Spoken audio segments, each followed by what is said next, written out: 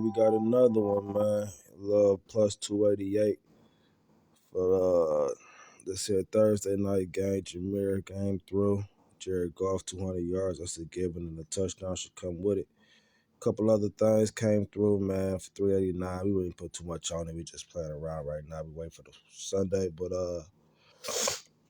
for sure, we hit another one, man. This is what we got for tomorrow. And this weekend, and actually it's a Monday night on here too. We got Seattle for Monday night. But I'm going to show y'all what we got here. Y'all can go ahead and lock in these same bets, man. I could call them out for you. You could also just look at them for yourself and see what it says. But I want to get this screen down. But yeah, we got USC, man. I love Colorado, but it is what it is. USC should win handily. 21.5 is where I'm at right now. You can also get it at 14.5. That's a safer spot, obviously, but USC should be pretty good. At least 17 for sure. We got Texas, Kansas. Texas doing pretty damn good. I think they just beat Alabama, if I recall correctly. They should be straight for this here win. Georgia is Georgia. We expect Georgia to come out here. Oregon is a very fast team. We thought they was going to beat Colorado. They did beat Colorado. It's at -5, but it's for what we're looking at here as a total. Oh, my bad. 1482 as a total, so we keep it in there. We got Seattle here Monday night against New York. They're going to be in New York, but New York won't be able to handle Seattle at all, for sure.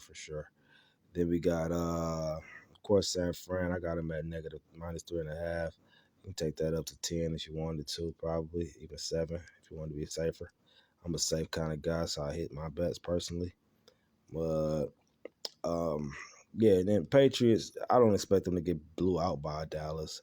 They should hold their own pretty well, at least to keep it within 23. If it get beat by 21, what they do, I don't expect that either.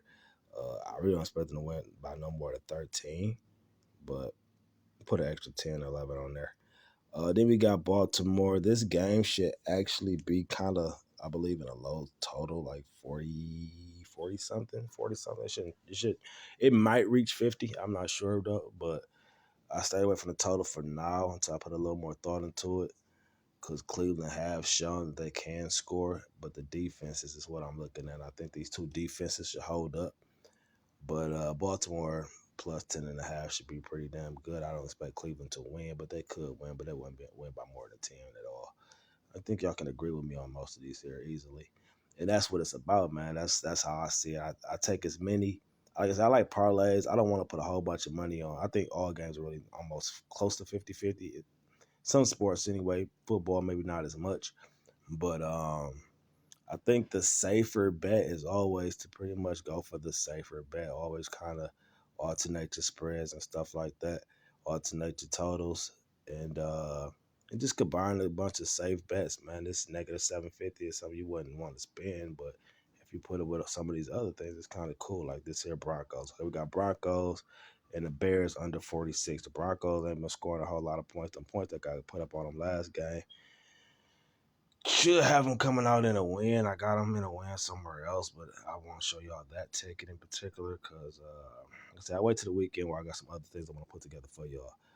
But, or for us in particular. But right now, like I said, the Broncos, the Bears won't score much more than 21 points for sure. And the Broncos probably won't score much more than 24. So what do you got there? You got 45. Under 46 is what I'm thinking. I don't expect the Broncos to go for a 30-piece game. Even though the Bears' defense has pretty much piss poor, and I think they miss Eddie Jackson still. They got rid of Roquan Smith last year and pretty much knew they was throwing everything away at that point, I would say. I don't know if they're getting into a rebuilding stage or what, because they also got rid of David Montgomery. I don't know what they got planned for right now, but as of right now, my bad, y'all. But as of right now, y'all can see it's 5:58 a.m. for me. But yeah, right now I would say for sure, low scoring game. We can stay with that right there. As you can see, that's a negative 110. If you wanted to, you can even make that something better. But I feel pretty good there. And Oregon against Stanford. We'll take that. So this is what I got for y'all now. Like I said, you can cheat these totals even more if you wanted to. Y'all looking at me for the 150s, what I'm probably gonna put on it.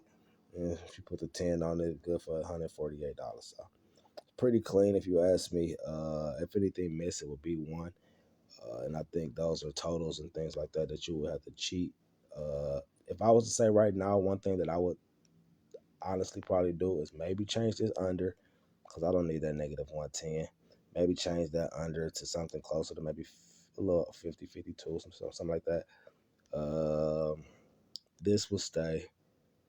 Um, it was an underdog here. I could even flip it either way. This game is 50-50, honestly. It's really 50-50. If Jalen Waddle plays, a lot of me would say then for sure more so on the Dolphins side. That 70-point game was impressive. The style is impressive. That speed is it's a problem. Like if you don't have the actual, because you can put together the scheme to try to cover speed, but you still need speed to match speed.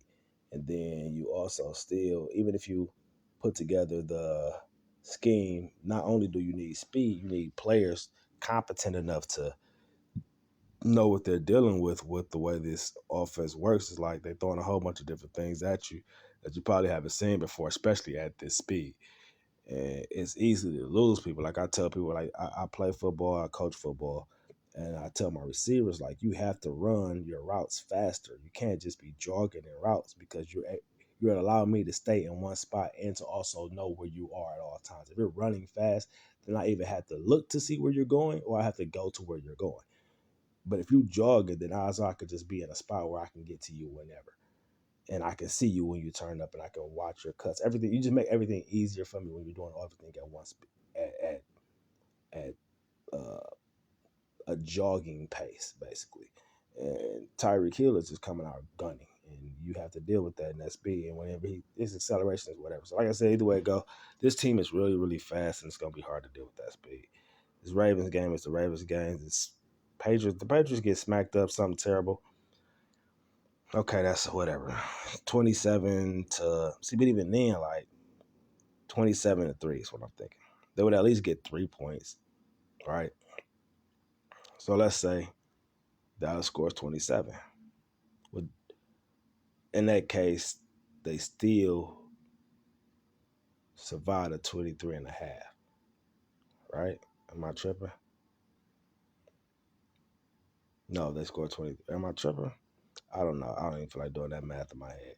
But 23 and a half, even if they score, I don't see them only scoring 3 points. They'll probably get their 10. And I don't see Dallas going ape on them right now. Like, I see them having an okay enough game. They'll probably get 24, 24, 23, something like that, which is 21 points. So, yeah, they'll be fine, I believe. They'll be fine. Yeah, if I was to change anything, I would even take like I said, this San Francisco game, I would take that to 7, which would get you more, and then you can take that 46 to 50 something, and that almost balance that out probably. Then you take the Patriots game if you felt like you really like Dallas like that, and change the Patriot number maybe, or switch it out with something else that you feel comfortable with. And like I said, keep it safe. Don't go crazy. Keep it safe. There's 21 and a half. You want to knock that down to 17. It would be understandable. And all of that would be cool. So that's the bet, though. That's the bet. But I have a whole lot of different other things I want to do. And like I said, I'm not trying to do too much here. So this is just something I put together right now. Again, like you hear me saying, there's certain things that I would do to change this ticket if I were to change this ticket, which is why I'm not going to put much more on it. But you all can agree that this is a pretty clean ticket. So that's what we got. Oh, and also I wanted to show y'all something else, but I can't show you not on screen recording. So boom, y'all see this ticket going in. And yeah, man, tap back in with me and I'm gonna show y'all some more things for the weekend, man. One love, Coach Gleek, playmaker. Let's make plays, man. Let's make bets. Let's make money, man. Let's make money. I say everybody get money, man. That's what I want it to be. Everybody get money. Let's get it, man. Let's get it. Let's get it. Let's get it, man.